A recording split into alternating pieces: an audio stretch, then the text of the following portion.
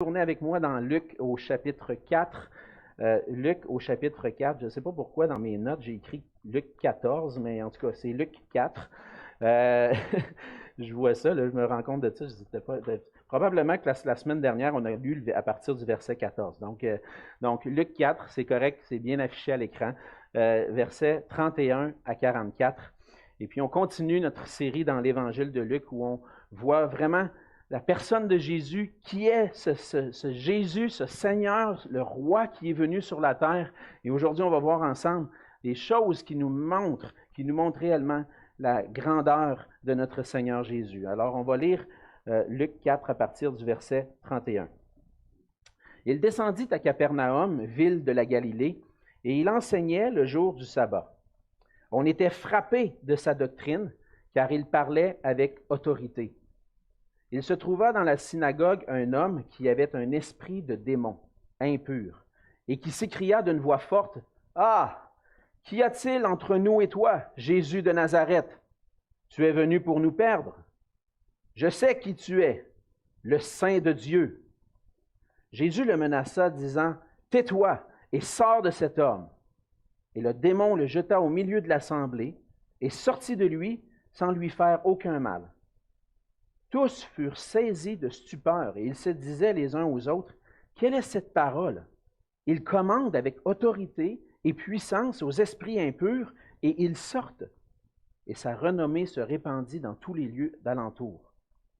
En sortant de la synagogue, il se rendit à la maison de Simon. La belle-mère de Simon avait une violente fièvre et ils le prièrent en sa faveur. S'étant penché sur elle, il menaça la fièvre, et la fièvre la quitta. À l'instant, elle se leva et les servit. Après le coucher du soleil, tous ceux qui avaient des malades, atteints de diverses maladies, les lui amenèrent. Il imposa les mains à chacun d'eux, et il les guérit. Des démons aussi sortirent de beaucoup de personnes en criant et en disant, « Tu es le Fils de Dieu! » Mais il les menaçait et ne leur permettait pas de parler parce qu'ils savaient qu'il était le Christ. Dès que le jour parut, il sortit et alla dans un lieu désert. Une foule de gens se mirent à sa recherche et arrivèrent jusqu'à lui. Ils voulaient le retenir afin qu'il ne les quitte point. Mais il leur dit, « Il faut aussi que j'annonce aux autres villes la bonne nouvelle du royaume de Dieu, car c'est pour cela que j'ai été envoyé. » Et il prêchait dans les synagogues de la Galilée. On va se courber dans un mot de prière. Oui, Seigneur notre Dieu, on vient devant toi ce matin, on vient pour entendre ta parole. Déjà, Seigneur, on a loué ton nom, célébré ta grandeur, ta bonté envers nous, ta sainteté. Et Seigneur, c'est devant ce Dieu saint et majestueux que nous nous prosternons. Nous reconnaissons que tu es notre roi et que et que nous te devons allégeance, nous devons te craindre, nous devons chercher à t'honorer en toutes choses. Et Seigneur, par ta parole, tu nous enseignes, et c'est notre désir ce matin, que tu puisses nous parler, de parler à nos cœurs, là où nous sommes, dans les circonstances que nous vivons présentement, collectivement, mais aussi chacun individuellement dans chacune de nos vies, Seigneur, tu permets des circonstances et on a besoin de t'entendre nous parler au travers de ces circonstances. Alors viens parler à nos cœurs ce matin. Par ton esprit, anime nos cœurs d'un désir de t'entendre et d'un désir de t'obéir. Fais de nous des serviteurs attentifs et des serviteurs obéissants à ta parole. On fait toutes ces choses-là, Seigneur, pour ta gloire et dans le nom de Jésus. Amen. Amen. Un des sujets qui a fait couler beaucoup d'encre, si je peux dire beaucoup d'encre, depuis un certain nombre d'années, puis même depuis des siècles, particulièrement depuis le début des temps modernes, c'est la question de la liberté. La Révolution française, qui est arrivée en 1790, est vue comme un événement marquant qui nous a passé d'une période de renaissance à une période qu'on appelle les temps modernes. Et toute cette question-là de révolution qui a suivi, on a vu la révolution aux États-Unis, l'indépendance des États-Unis en 1776, la révolution française en 1790. Partout dans le monde, on essayait de se libérer en quelque sorte du fardeau religieux qui avait été imposé pendant des années et aussi du fardeau politique. On a vu des monarchies renversées pour faire place à la démocratie. Et toute la question qui entoure ces moments-là, c'est une question de la liberté de l'individu. Et depuis, on parle beaucoup, presque constamment dans la société occidentale, de la liberté de l'individu, de la liberté de la personne, des droits de la personne. Et donc, dans le fond, on en est venu à une charte des droits et libertés avec les Nations unies, la Déclaration des droits de l'homme qui considère la dignité de l'homme comme étant le fondement de la liberté. L'homme est une dignité qui fait en sorte qu'il est libre. En d'autres mots, tout homme a droit à sa liberté individuelle. Et une question que je me pose quand même en lisant tout ce qui se passe récemment, est-ce qu'on est réellement libre? Et puis, je pense qu'une des choses que la pandémie nous a appris, c'est le pouvoir que possèdent nos gouvernements. Nos gouvernements possèdent beaucoup plus de pouvoir qu'on le pensait. On a réalisé que, oh mon ami, hein, ils ont le droit d'en faire des affaires. Ils peuvent nous imposer des règles, des restrictions, des lois qui font en sorte qu'on est limité dans nos libertés. Et dans le but de conserver la santé publique, dans le fond, nos gouvernements ont imposé à travers la pandémie beaucoup de restrictions. Et puis, je vous vois ce matin, puis je vois des restrictions que le gouvernement nous a données. Hein? Je vous vois tous avec un masque, et ça vient avec ça vient de ces lois-là. Et donc, la question, c'est, est-ce qu'on est vraiment libre? Je pense qu'on a une certaine liberté. On peut se comparer à d'autres pays dans le monde, et puis plusieurs d'entre vous venez d'ailleurs, et vous pouvez dire, oui, au Canada, c'est quand même un pays libre à comparer à d'autres pays dans le monde. Mais on a quand même une liberté qui a des limites. Certains, à travers la pandémie, ont perdu confiance dans les autorités ou à travers des épreuves qu'ils ont vécues à travers le temps avec les autorités. Plusieurs ont perdu confiance dans les autorités humaines et font en sorte que, est-ce qu'on peut vraiment avoir confiance en l'autorité? Et la vérité, c'est qu'il existe en réalité aucun individu qui possède entièrement une liberté libre de toute autorité. Et nous avons tous des autorités qui dominent sur nous. Et même nos gouvernements, même si parfois certains de nos dirigeants voudraient l'ignorer, ils ont une autorité qui est au-dessus d'eux. L'autorité et le pouvoir de Dieu lui-même. Et depuis le début de l'histoire de l'humanité, l'homme cherche à être libre, à se libérer d'une autorité qui est au-dessus de lui. Il ne veut pas avoir quelqu'un qui lui dit quoi faire. Hein? Je pense que vous pouvez vous identifier à ça. Moi, je ne veux pas avoir quelqu'un qui me dit quoi faire. Quand on est des enfants, mon père me dit quelque chose, ça ne me tente pas d'obéir à mon père ou à ma mère ou à mes professeurs à l'école qui me disent fais ci ou fais ça, fais ce devoir-là. Ça ne me tente pas. Je veux pas. Je veux faire ce que je veux. Et puis, à travers les années, l'humanité nous montre que chaque homme cherche à être libre, mais ultimement, l'homme, ce qu'il démontre à travers ça, c'est qu'il rejette l'autorité, non seulement humaine, mais l'autorité de Dieu au-dessus de lui-même, et ça depuis la chute. L'homme n'a pas accepté l'autorité de Dieu dans sa vie. Puis même si vivre sous l'autorité de Dieu, c'est ça qui procure la vraie liberté, on pense qu'en vivant pour Dieu ou en étant avec Dieu, naturellement, on pense qu'on ne sera pas libre. On ne veut pas se faire imposer. Mais dans le texte de ce matin, on voit l'autorité de Jésus. Mais ce n'est pas une autorité comme on est habitué de voir dans un monde humain ou à travers nos gouvernements. C'est une autorité qui possède puissance, autorité, mais qui en même temps est bienveillante, compatissante. C'est ce qu'on voit dans le passage de ce matin. On arrive dans notre récit, on a vu la semaine dernière que Jésus était à Nazareth, enseigne dans la synagogue, et la Nazareth était l'endroit où il avait été élevé. Et puis, Jésus n'a pas été bien reçu à Nazareth. Mais maintenant, il s'en va ailleurs en Galilée, il se trouve à Capernaum, et il va faire la même chose, il va se trouver dans la synagogue pour enseigner, pour apporter la parole de Dieu. Et puis, à travers ce ministère d'enseignement-là, Jésus démontre qu'il est le roi, qu'il est l'autorité, et il vient annoncer la bonne nouvelle du royaume de Dieu. Faire partie du royaume de Dieu. Se placer sous l'autorité de Dieu et sous l'autorité de Jésus-Christ, c'est une bonne nouvelle. Et Jésus va nous démontrer dans ce passage que c'est une autorité à laquelle on peut faire confiance. On peut se confier dans le Seigneur Jésus-Christ. Et nous pouvons faire pleinement confiance à Jésus-Christ, car c'est lui qui manifeste la puissance et l'autorité du Messie promis. On peut faire confiance à Jésus-Christ. On peut faire confiance à son autorité. Et ce matin, on va voir ensemble 3 raisons pour lesquelles on peut vraiment faire confiance à Jésus.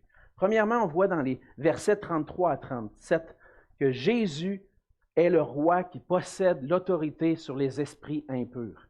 On voit une autorité et une puissance inégalée, si je peux dire. Jésus va délivrer un démon, un homme possédé d'un démon, entre autres, dans les versets 33 à 37, comme je l'ai mentionné. Jésus arrive à la synagogue, et pendant qu'il est en train d'enseigner, il y a un homme, la parole de Dieu nous dit, il y avait un homme qui avait un esprit de démon impur.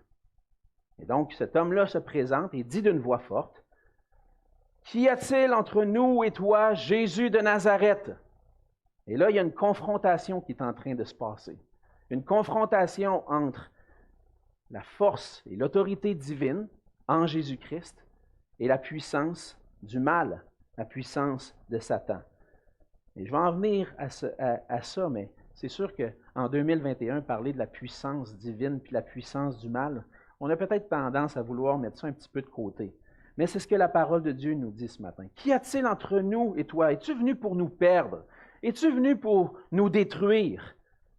Et puis, il y a une confrontation. Puis le démon reconnaît en réalité qui est Jésus. Et cette confrontation-là a lieu parce que le démon sait que Jésus est opposé à ce monde-là, de spirituel, malin. Et il va même déclarer, « Tu es le Saint de Dieu. Je sais qui tu es. Je sais qui tu es. Tu es le Saint de Dieu. » Tu n'es pas un homme ordinaire. On a peut-être rencontré quelques-uns qui ont essayé de nous chasser, mais toi, on sait qui tu es. Et on sait que tu as du pouvoir. Tu es le Saint de Dieu. Et qu'est-ce que le démon veut dire par là? Et qu'est-ce que Luc, dans un sens, nous rapporte par rapport au fait que Christ est le Saint de Dieu?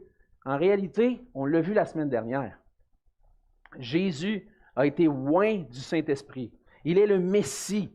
Il est celui qui a été consacré au service de Dieu. Et le mot « saint », c'est ça que ça veut dire. Ça veut dire mettre à part, consacré.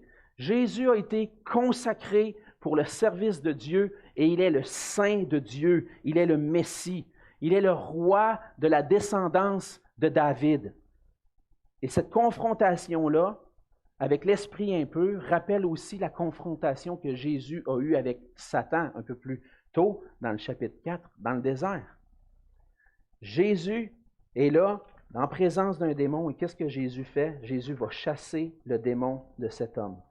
Il va dire, « Tais-toi et sors de cet homme. » Et on voit qu'est-ce qui va se passer. Lorsque Jésus prononce ça, qu'est-ce qui se passe? Est-ce qu'il se passe quelque chose? Est-ce que Jésus a le pouvoir de chasser ce démon-là? Et c'est en quelque sorte ce qui se passe dans le récit. Jésus chasse le démon de cet homme-là. Le démon qui est opposé à Jésus n'a pas le choix que de se soumettre à lui, puis de lui obéir et de faire ce que Jésus a commandé, parce que Jésus possède l'autorité divine. L'autorité qui vient de Dieu, qui est souverain et qui est souverain sur toutes choses et puissant, capable d'accomplir toutes choses. Aucune force ne peut s'opposer à ce que Dieu et ce que Jésus peut faire.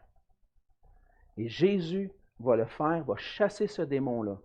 et les gens vont réagir d'une certaine façon. Comment les gens réagissent? Tous furent saisis de stupeur et ils se disaient aux autres, « Quelle est cette parole? » Ils commandent avec autorité et puissance aux esprits impurs et ils sortent. On n'a pas vu ça avant. On n'a jamais vu ça. Une telle autorité. C'est qui cet homme-là? C'est qui cette puissance-là? Le Seigneur nous amène, à travers sa parole, à nous poser la question ce matin. Qui est cet homme? Et c'est ce que Luc veut faire tout au long de son évangile. Qui est cet homme? Qui est Jésus-Christ? C'est qui? C'est celui qui possède réellement le pouvoir sur les esprits impurs. C'est celui qui a toute autorité. Une autorité qui vient de Dieu parce qu'il est le oint, le Messie, le roi. Et puis, on peut se poser des questions. C'est sûr qu'en 2021, lorsqu'on fait référence à des réalités spirituelles ou surnaturelles ou invisibles, on se met à remettre en question certaines choses. Mais la Bible est claire. Les réalités spirituelles existent réellement. Et puis, scientifiquement, on peut chercher à prouver certaines choses dans le monde matériel, mais dans le monde invisible, c'est difficile de prouver ça scientifiquement. Et puis, parfois, on s'appuie peut-être un peu trop sur la science, qui n'est pas nécessairement capable de tout expliquer. Tout expliquer les réalités qui existent.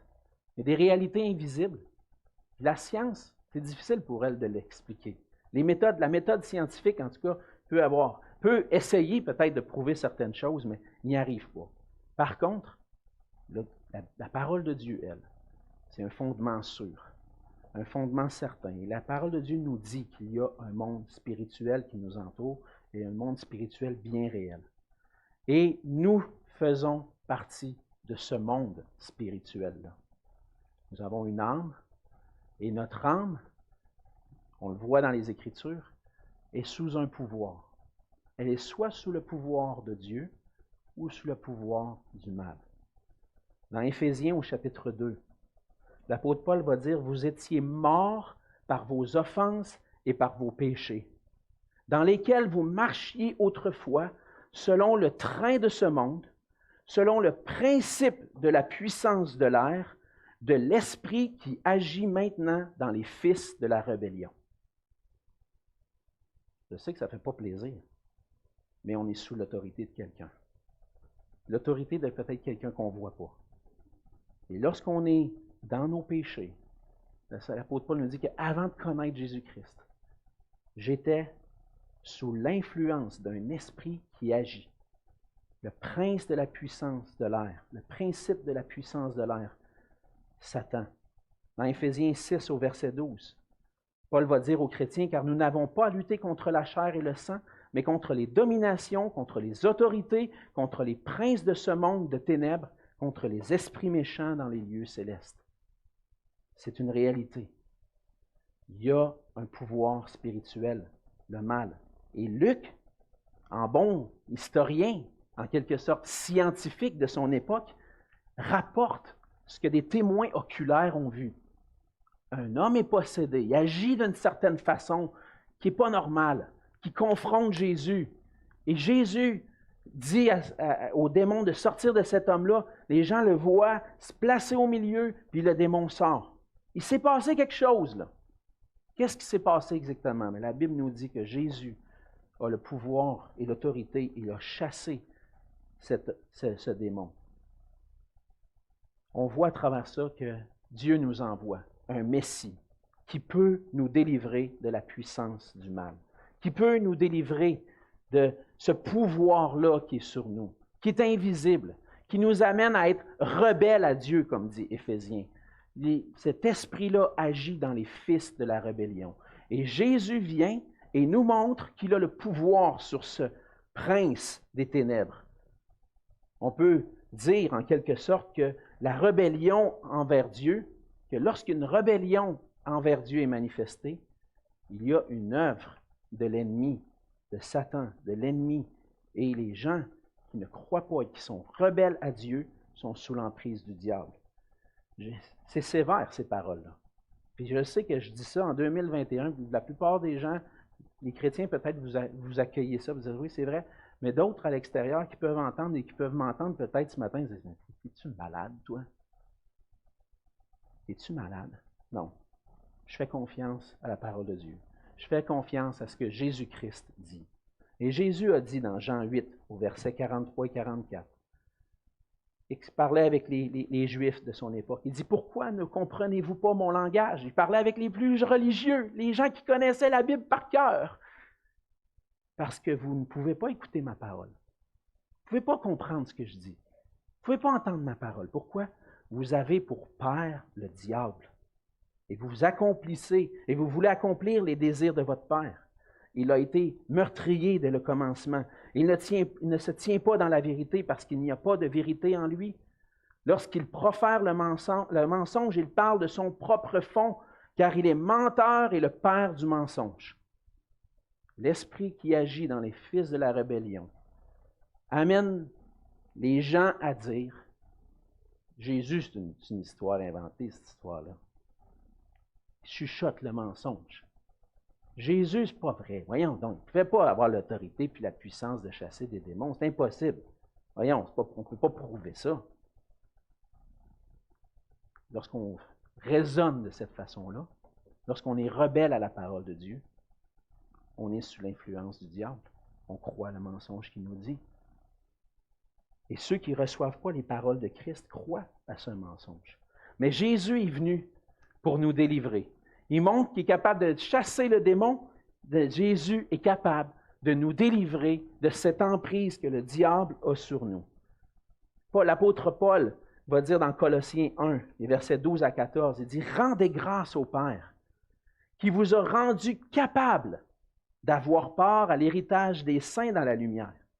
Il nous a délivrés de la puissance des ténèbres et nous a transportés dans le royaume de son Fils bien-aimé, en qui nous avons la rédemption et le pardon des péchés. » Jésus démontre à travers le fait qu'il chasse les démons qu'il a le pouvoir sur l'emprise du diable, sur le monde des esprits méchants.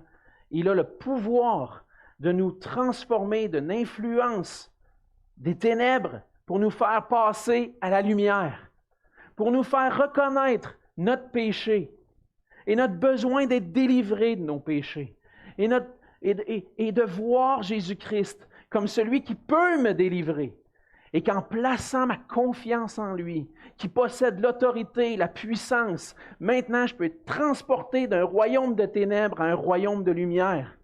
Je peux maintenant adorer Dieu. Je peux maintenant être soumis à cette autorité-là qui me libère, qui me donne la vraie liberté. Et cette vraie liberté-là, c'est sous l'autorité de Christ. On ne sera jamais capable de se libérer complètement de notre autorité. On ne sera jamais réellement libre. On va toujours être soumis à l'autorité. Il vaut mieux être soumis à celle qui veut notre bien, qui veut nous faire du bien, qui veut nous rendre heureux. Et c'est ce que le Seigneur Jésus vient pour démontrer. J'ai le pouvoir de vous délivrer de vos péchés, de la puissance du mal. Et en chassant le démon, Jésus nous démontre son pouvoir. Deuxièmement, on voit qu'on a des raisons de faire confiance à Jésus parce que Jésus est le roi qui possède l'autorité même sur les maladies. Après avoir montré son autorité, sa puissance sur les esprits impurs, Jésus manifeste qu'il a le pouvoir sur les maladies, il est capable de restaurer la santé. On voit que Jésus se présente dans la maison de Pierre, de Simon-Pierre. Le texte nous dit de Simon à ce moment-là. Il sort de la synagogue, il s'en va chez Simon, et puis il trouve la belle-mère de Simon malade. Et là, plusieurs étaient témoins de ça. Une fièvre, au point que Luc va dire qu'il y avait une fièvre, une violente fièvre. Je ne sais pas si vous avez déjà eu un de vos enfants qui a fait la fièvre élevée, ou peut-être même vous-même. Mais ça m'est arrivé lorsque mes enfants étaient plus jeunes, et puis ma femme, souvent, elle disait, « T'es bon pour détecter ça, va donc voir s'il fait de la fièvre. » On ne prend même pas on dirait, je ne sais pas, le Seigneur m'a donné un sens de voir, il y a de la fièvre, là, il y a quelque chose. Mais souvent, un enfant qui fait beaucoup de fièvre, il est brûlant. On voit qu'il y a quelque chose qui ne marche pas. Et puis cette femme-là, les gens ont constaté, ils ont vu, ils ont réalisé, Scientifiquement parlant, ils ont vu, cette femme-là fait de la fièvre. Là. Il y a quelque chose qui ne marche pas. Elle est au lit, elle n'est pas capable de fonctionner. Elle est malade. Mais les gens ont confiance à l'autorité et la puissance de Jésus. Ils se tournent vers lui. Ils disent, Seigneur, viens la sauver. Ils ont prié en sa faveur. Ils ont dit, Seigneur, viens la délivrer de sa fièvre, viens la délivrer de sa maladie-là. Et Jésus se penche sur elle. Et qu'est-ce qui se passe? La fièvre s'en va. Comme le démon est parti de l'homme, la fièvre quitte cette femme-là. Au point où elle se lève debout, puis elle est en pleine forme, elle va les servir. Jésus montre à travers ça qu'il a le pouvoir sur les maladies.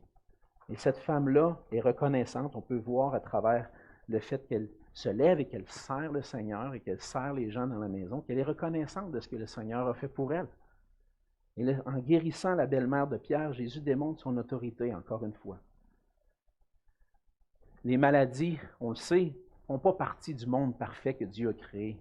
Dans le jardin d'Éden, il n'y en avait pas de maladies. Mais la chute, le péché ont entraîné des maladies dans le monde. Et les maladies existent à cause du péché.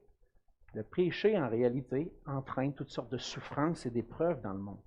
Mais Jésus, en venant dans le monde, il vient pour nous délivrer de nos maladies aussi. Entre autres, c'est ce qu'on voit dans le même récit, mais dans Matthieu. Matthieu va citer un passage d'Ésaïe 53. Si vous voulez voir, là, le passage parallèle, c'est dans Matthieu 8 au verset 17. Matthieu va citer le moment où Jésus va guérir. Il cite Ésaïe 53 qui dit « Cependant, ce sont nos souffrances qu'il a portées, c'est de nos douleurs qu'il s'est chargé. Il s'est chargé de nos maladies. » En venant dans le monde, Jésus est venu montrer non seulement qu'il avait le pouvoir sur le péché, mais aussi sur le pouvoir sur les conséquences du péché.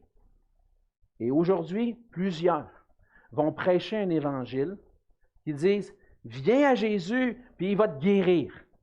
Viens à Jésus, il va te guérir, c'est sûr. » Malheureusement, juste faire un petit réflexion, parce que plus loin, même Jésus va montrer, il va chasser d'autres démons, il va chasser des gens, il va guérir des gens, il est capable de le faire.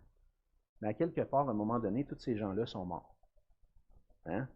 Donc, il ne les a pas délivrés une fois pour toutes. Il les a délivrés à ce moment-là. Il a fait grâce à ce moment-là. Il avait la fièvre, il a eu compassion, il a fait grâce, il l'a délivré de sa fièvre, mais la belle-mère de Pierre est morte. Elle n'est pas éternelle. Et puis, ce que Jésus montre à travers ça, c'est qu'il a le pouvoir sur la maladie. Il peut nous guérir. Puis, je pense qu'on peut avoir la foi que Jésus peut nous guérir. Mais l'Évangile, c'est que Jésus vient non seulement pour nous guérir, un jour, ça va arriver, qu'il va complètement nous guérir, puis on n'aura plus de maladie. Ça, c'est quand il va revenir. Mais en attendant, Jésus veut qu'on comprenne qu'il a le pouvoir de nous délivrer du péché, qui est la cause de toutes les maladies. Et Jésus vient pour guérir ceux qui ont le cœur brisé, disait le verset 18, un peu plus tôt dans Luc 4. Il vient pour nous réconcilier avec Dieu. Il vient délivrer ceux qui ont le cœur brisé en raison du péché. Et il vient pour nous réconcilier avec Dieu. Il vient pour nous sauver du péché. Pour qu'un jour, on puisse être entièrement délivré de toute souffrance, de toute maladie. Mais en attendant, le Seigneur peut permettre la souffrance. Et lorsqu'on est malade, lorsqu'on vit une souffrance ou une épreuve, on peut aller à lui et dire « Seigneur, délivre-moi ». Et je pense que la première prière qu'on devrait prier, « Seigneur, aide-moi à traverser cette épreuve en gardant la foi en toi. » Puis en disant « Seigneur, si c'est ta volonté, délivre-moi. Délivre-moi de mon cancer. Délivre-moi de cette maladie qui peut m'amener à la mort. » On peut prier ça. Le Seigneur fait encore des miracles aujourd'hui. Ça ne veut pas dire qu'il va dire oui à toutes les fois, mais il peut le faire. Ce que le Seigneur veut, il veut qu'on comprenne, c'est que si on veut réellement être délivré de nos maladies, de nos infirmités, de la mort, on doit placer notre confiance en lui pour avoir le pardon de nos péchés. Jésus est le Messie qui possède l'autorité sur toute chose. Il possède l'autorité sur les démons, il possède l'autorité sur les maladies, sur les conséquences du péché. Et Jésus La troisième raison pourquoi on peut lui faire confiance, c'est qu'il est un roi rempli de compassion pour nous. Jésus va démontrer sa compassion au verset 40 et 41.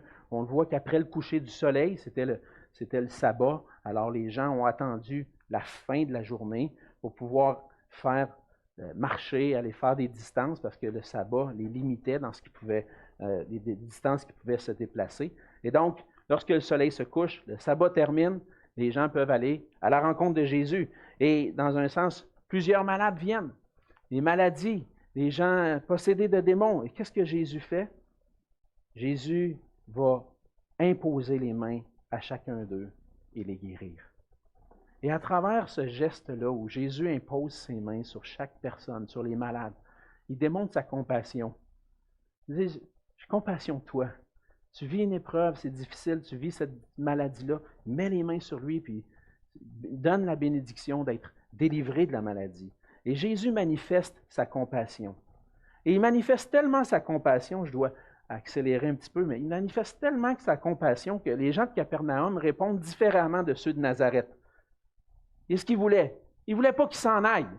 Jésus se préparait à s'en aller, j'ai d'autres choses, d'autres villes à aller visiter, mais là, ils ne veulent pas. On veut que Jésus reste avec nous autres. Et on veut qu'il reste avec nous parce qu'on a goûté sa compassion, on a goûté combien il est bon pour nous. On ne veut pas qu'il s'en aille. Et vous, dans votre vie présentement, où en êtes-vous? Êtes-vous à un endroit où vous dites, j'ai goûté la compassion de Jésus, puis je ne veux pas qu'il s'en aille. Je sais combien il est bon. Ou vous êtes à un endroit où peut-être vous vous doutez même, est-ce que je peux vraiment faire confiance à Jésus? Il me semble que je prie, puis il ne répond pas à mes prières. Il ne répond pas comme je voudrais. Le Seigneur est là, puis il dit, je veux vous annoncer une bonne nouvelle. J'ai compassion. Et je suis capable de vous démontrer ma compassion. Et Jésus vient pour annoncer une bonne nouvelle, et cette bonne nouvelle-là, c'est la bonne nouvelle du royaume de Dieu. De pouvoir être transporté du royaume des ténèbres au royaume de la lumière.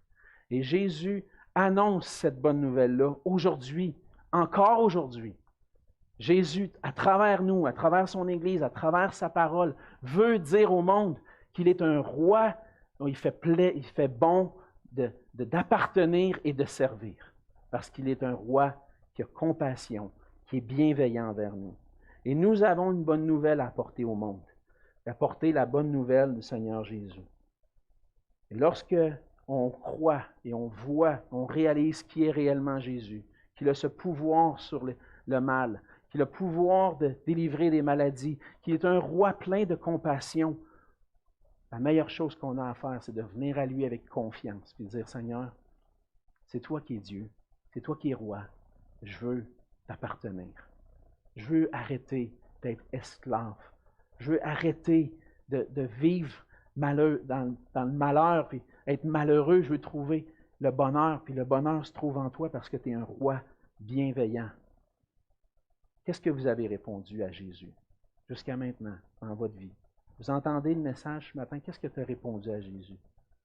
Si vous avez déjà répondu à Jésus par la foi, en croyant qu'il est le Christ, le seul sauveur pour vos péchés, le seul qui peut vraiment nous délivrer des conséquences du péché, comment vous lui faites confiance de jour en jour? Parce que, oui, on place notre foi un jour. Tantôt, bientôt, on va entendre le témoignage de Wilson et Marisol. Un jour, ils ont placé leur foi en Jésus-Christ. Mais est-ce que ça s'est arrêté là? Non, je pense que la foi continue. Notre foi continue. Chaque jour est chaque nouveau jour est un jour où je peux dire, Seigneur, je te fais confiance. Je place ma foi en toi. Parce que tu es le roi souverain, tu es le roi compatissant. Et je veux venir à toi pour être libéré. Je veux arrêter de chercher des solutions dans les choses de ce monde. Puis je veux trouver mes solutions en toi. Puis des fois, le Seigneur va nous donner des solutions qui viennent à nous à travers des solutions humaines, mais c'est lui qui est souverain. Et on veut s'abandonner à lui. C'est lui qui peut réellement nous aider. Alors, comment on répond à Jésus? Avec confiance. On vient à lui. Et on dit, je t'ai fait confiance une fois, je veux te faire confiance pour toujours. Je veux renouveler ma confiance en toi. Chaque jour est un moment pour renouveler notre confiance dans notre roi compatissant. Et si tu n'as pas répondu encore en reconnaissant Christ comme le roi, écoute sa parole. Considère qu'il n'était réellement pas un homme ordinaire, qui est le seul qui peut te délivrer du pouvoir du mal, du péché, et t'amener à réaliser que tu as besoin de lui. C'est le seul qui peut te secourir. Le Seigneur, qu'est-ce qu'il dit? Il dit, venez à moi. Va à lui. Abandonne ta vie. Reçois son pardon. Sois réconcilié avec ton Dieu. Reconnais Jésus comme le roi, le sauveur, qui est rempli de compassion. Donc, Jésus est un bon roi. Un roi bienveillant. Et on veut tasser les autorités dans notre vie, on a besoin de replacer l'autorité de Dieu sur nous. Et lorsqu'on replace l'autorité de Dieu sur nous, on goûte à la compassion d'un sauveur et d'un Dieu parfait, bienveillant. Il est le roi, il l'a montré, en chassant des esprits malins, en sauvant des maladies et puis en démontrant sa compassion. On ne peut pas rester indifférent à Jésus. On a besoin d'aller à lui. Et cette confiance-là, on veut la renouveler chaque jour. Alors venons à lui, soumettons-nous à lui et rendons-lui gloire par nos vies. Prions ensemble. Seigneur notre Dieu, on veut te dire merci pour ta parole qui nous rappelle combien tu es grand, combien tu es puissant. C'est toi qui possèdes toute autorité, tu es le roi de toutes choses, sur toutes choses visibles et invisibles. C'est toi qui domines. Et Seigneur, nous, on n'a pas ce pouvoir-là. On a besoin de toi. On a besoin de t'appartenir et de se soumettre entièrement à toi pour goûter combien tu es bon. Aide-nous, Seigneur, de jour en jour à venir à toi comme ce roi bon, compatissant, bienveillant, et qu'on puisse trouver en toi notre joie, notre bonheur, la compassion dont on a besoin pour traverser les diverses circonstances de nos vies. Seigneur, aide-nous à te faire confiance et aide-nous à marcher pour toi et pour ta gloire. Et c'est en Jésus que je te prie. Amen.